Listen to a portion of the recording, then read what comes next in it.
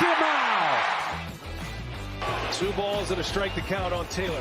Reyes fires, swinging a drive, deep left field. This is one back. Walk the ball. Chris Taylor.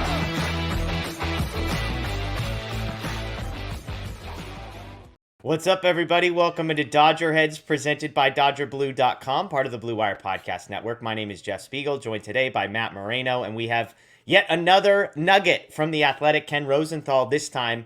And this is how he started off his article, Matt. He said, the Dodgers are capable of pivoting in virtually any direction, which is just how they like it. He goes on to say, one possible scenario, trade for Brewers second baseman Kolten Wong, a player the Dodgers like according to Major League sources, sign one of the big 4 free agent shortstops, play Max Muncy, and perhaps even Gavin Lux at third base. So again, Dodgers interested in Brewers second baseman Kolten Wong. He's on a 1-year, $10 million contract at the moment.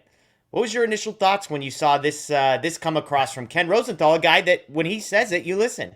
Yeah, I guess it was twofold. One of them was, this is kind of prototypical Andrew Friedman, right? Like thinking, Dodgers have been linked to all the top shortstops, potentially Aaron Judge, Justin Verlander, and then here's this curveball, sort of out of left field, if you will.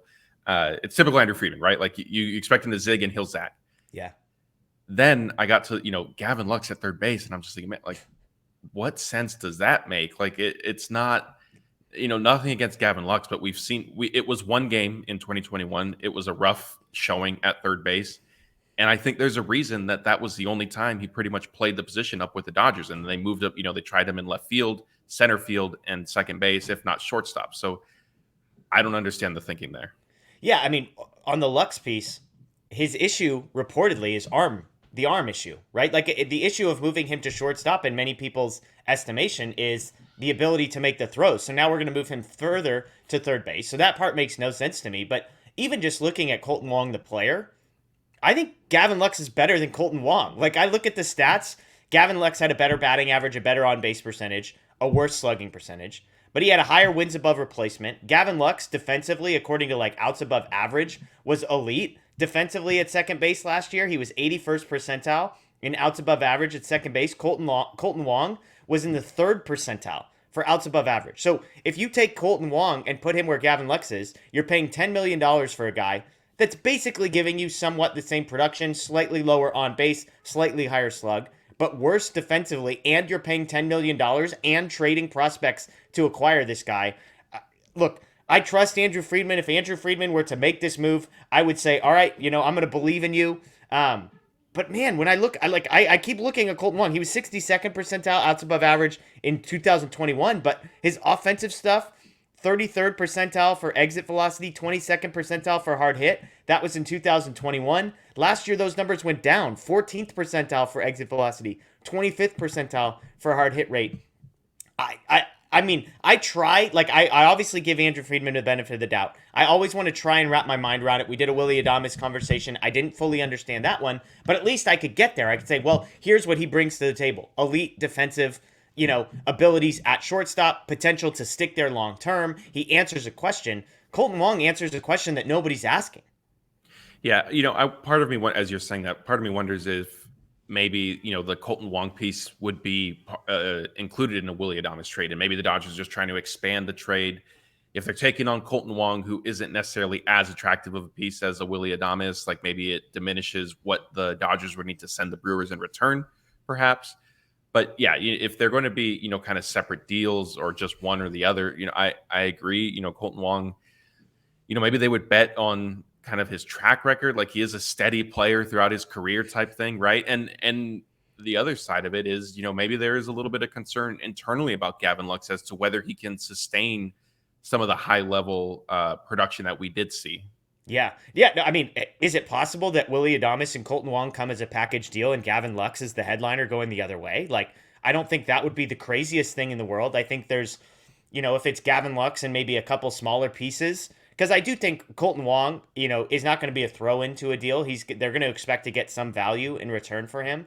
So maybe that's what it is. Maybe Lux is moving, and that's why you would need Kolten Wong. But even then, is Kolten Wong a better option than Michael Busch at second base next year? Again, we're talking about a guy who defensively is one of the worst second basemen in all of Major League Baseball, according to outs above average. Now, I don't think defensive statistics are perfect, but like when you're the third percentile, like it's one of those things where but you pay a little bit of attention to that. And again, last year is 62nd percentile, so there is some variance. But again, to me, like $10 million for Kolten Wong, if we're talking about the luxury tax, I would much rather just put Michael Busch at second base and take my chances. Like, is Michael Busch guaranteed to give you 250 with 15 home runs like Kolten Wong is? Maybe not, but he's going to be a heck of a lot cheaper. He might do better than that. He might do worse, and he's probably as good, if not better, defensively at second base. And so that doesn't make sense. But let me ask you this: like, if it's Gavin Lux and Yorby Vivas or one of the guys that are on the 40-man roster that doesn't seem to have a direct pathway, like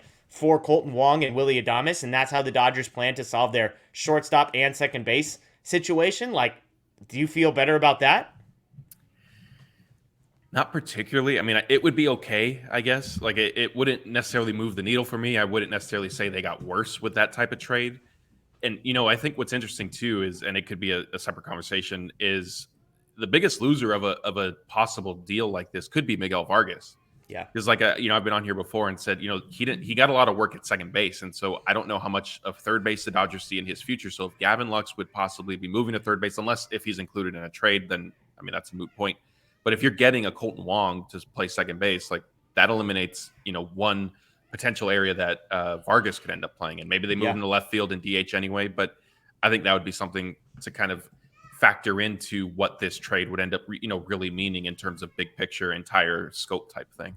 Yeah, and I mean, the other piece to keep in mind is Max Muncy, could potentially be third base. The designated hitter is another role that's still open. I'm with you. Like Miguel Vargas, what I saw from him in left field doesn't inspire me to believe that we should just pencil him in to sort of, figure out what to just pencil him and say, hey, here's a guy who could play outfield. I think it is third base. I think it is second base.